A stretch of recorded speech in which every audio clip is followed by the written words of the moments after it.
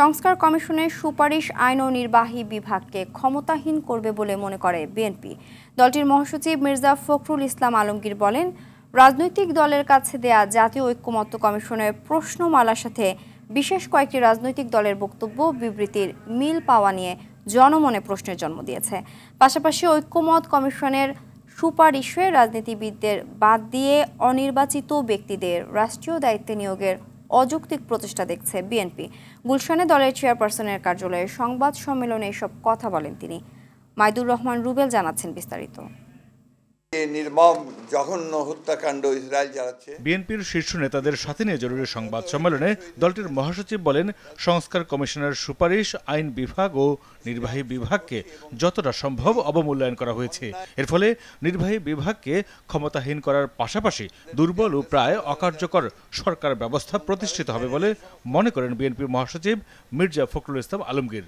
জাতীয় ঐক্যমত্য কমিশনের স্প্রেডশিটের অবস্থা এবং কমিশনের সদস্যদের বিভিন্ন সময়ের বক্তব্য ও বিশেষ কয়েকটি রাজনৈতিক দলের বক্তব্য বিবৃতির মধ্যে মিল পাওয়া যায়, যাতে জনমনের প্রশ্নের জন্ম দিতে পারে যে সকল বিষয়গুলো যেন একটি পূর্ব নির্ধারিত কর্ম পরিকল্পনার অংশ, যা গণতন্ত্রের স্বার্থের পক্ষে কিনা এটা বলা মুশকিল।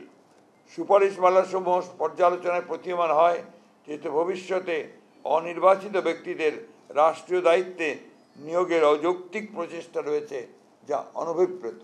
যে আইন বিভাগ ও নির্বাহী বিভাগকে যথাসম্ভব আন্ডারমাইন করা, ক্ষমতাহীন করাই উদ্দেশ্য, যার ফলশ্রুতিতে একটি দুর্বল ও প্রায় অকার্যকর সরকার ব্যবস্থা প্রতিষ্ঠিত হবে।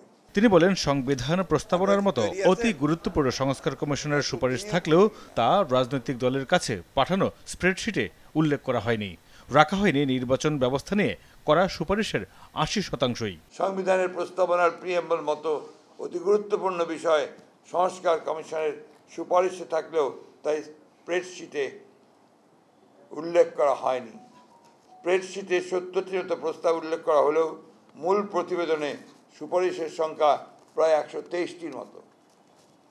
একইভাবে নির্বাচন ব্যবস্থা সংস্কার কমিশনের মূল প্রতিবেদনের ১৫০টির মতো সুপারিশ তুলে ধরা হলেও স্প্রেডশিটে মাত্র ২৭টি বিষয় উল্লেখ করা হয়েছে, তার মধ্যে অধিকাংশই সংবিধান সংস্কারের সাথে সংশ্লিষ্ট। কোনো উপদেষ্টার রাজনৈতিক দল গঠনে পরোক্ষ ও প্রত্যক্ষভাবে জড়িত থাকায় জনমনে সন্দেহ তৈরি হয়েছে বলে মনে করেন তিনি। অন্তর্বর্তী সরকারের কোনো উপদেষ্টা ক্ষমতায় থেকে রাজনৈতিক দল গঠন প্রক্রিয়ায় প্রত্যক্ষ পরোক্ষভাবে জড়িত থাকায় জনমনে সংশয়ের সৃষ্টি হয়েছে।